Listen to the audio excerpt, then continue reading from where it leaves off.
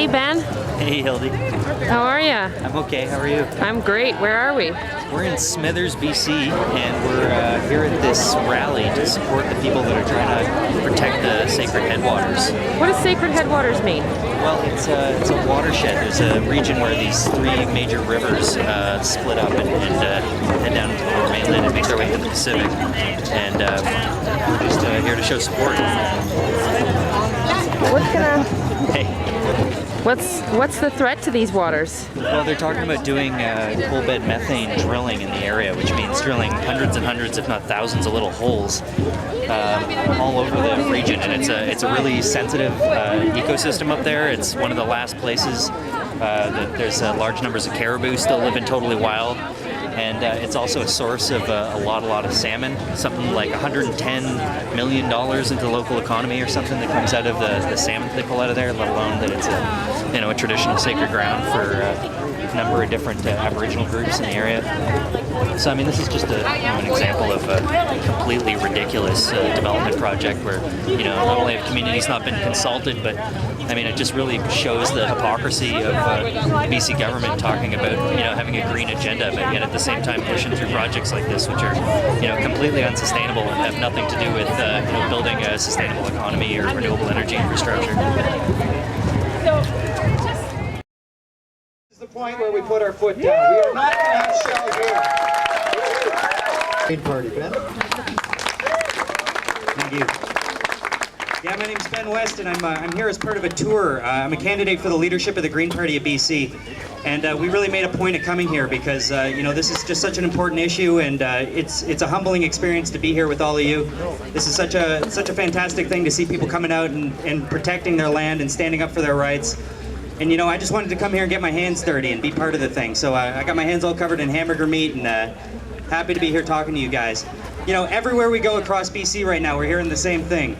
We're hearing, Gordon Campbell says that, we're the greenest province and we've got a green agenda, and everywhere we go we're seeing projects that are being pushed forward that are the same ones people have been fighting against for 30, 40 years, if not longer.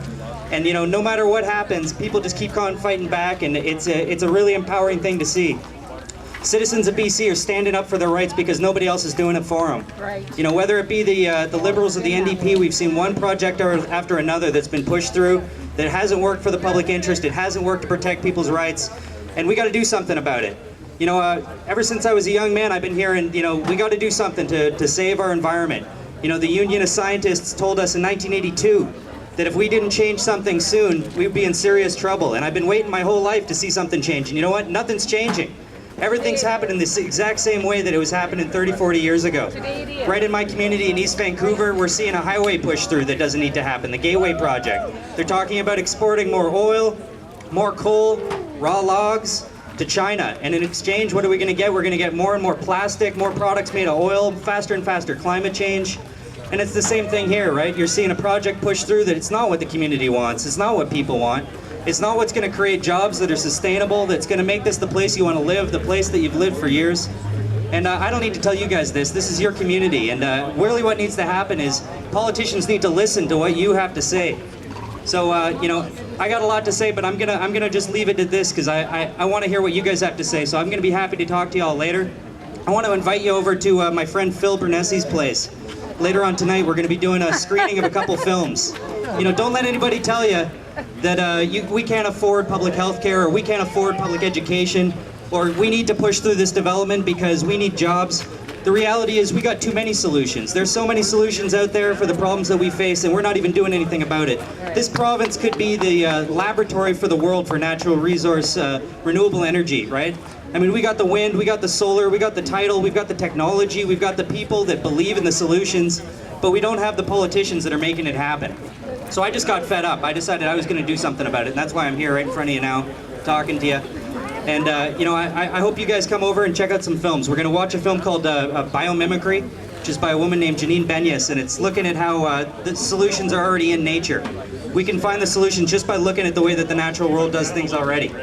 So we're going to watch that film, and we're going to talk about education. There's a short film that me and a friend of mine made called Tuition the Movie, and it's about the role of education in society.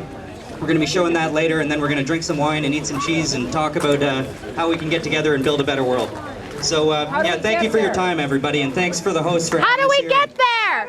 How do you get there? Where do you live, Phil? 2175 Main Street. It's like past the hilltop, past the trailer court, first place on the left.